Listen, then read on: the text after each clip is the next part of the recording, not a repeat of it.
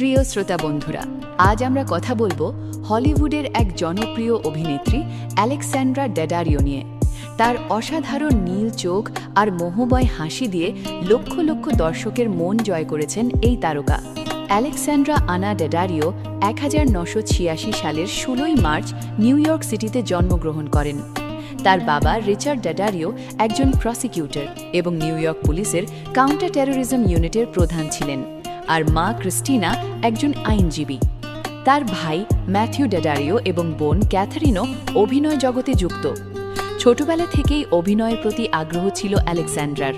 মাত্র 16 বছর বয়সে তিনি TV soap opera All My চিলড্রেনে অভিনয় শুরু করেন। তার ক্যারিয়ারের বড় ব্রেক থ্রু আসে 2010 সালে, যখন তিনি Percy Jackson and the Olympians the Lightning Thief ছবিতে অ্যানাবেথ চেজের চরিত্রে অভিনয় করেন। এর সিকুয়েলেও তিনি একই চরিত্রে ফিরে আসেন। এরপর তিনি টেক্সাস চেইনস অ্যাসাকার 3D, সান আন্দ্রেয়াস ছবিতে ডুইন জনসনের সঙ্গে, বেওয়াচ ছবিতে প্রিয়াঙ্কা চোপড়ার সঙ্গে অভিনয় করে বিশ্বব্যাপী জনপ্রিয়তা লাভ করেন। টিভি জগতেও তার সাফল্য অসাধারণ। 2014 সালে ট্রু ডিটেকটিভ সিরিজে তার অভিনয় সবাইকে তাক লাগিয়ে দেয়।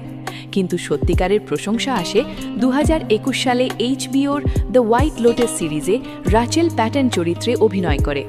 এতে তিনি এমি অ্যাওয়ার্ডের নমিনেশন পান। বর্তমানে তিনি মে ফেয়ার উইচেস সিরিজে ডক্টর রোয়ান ফিল্ডিং চরিত্রে লিড রোল করছেন, যা অ্যান রাইসের উপন্যাস অবলম্বনে তৈরি।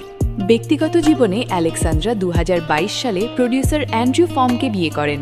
2024 সালে তাদের প্রথম সন্তান জন্মগ্রহণ করে এবং তিনি মা হয়ে নতুন অধ্যায় শুরু করেন।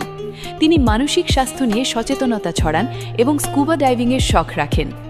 অ্যালেক্সান্ড্রা ড্যাডারিও শুধু সুন্দরী নন, তার অভিনয় প্রতিভা এবং বহুমুখী চরিত্রে অভিনয় করে হলিউডে নিজের একটা আলাদা জায়গা করে নিয়েছেন। ভবিষ্যতে তাকে আরও অনেক বড় প্রজেক্টে দেখার অপেক্ষায় রইলাম আমরা সবাই। ধন্যবাদ।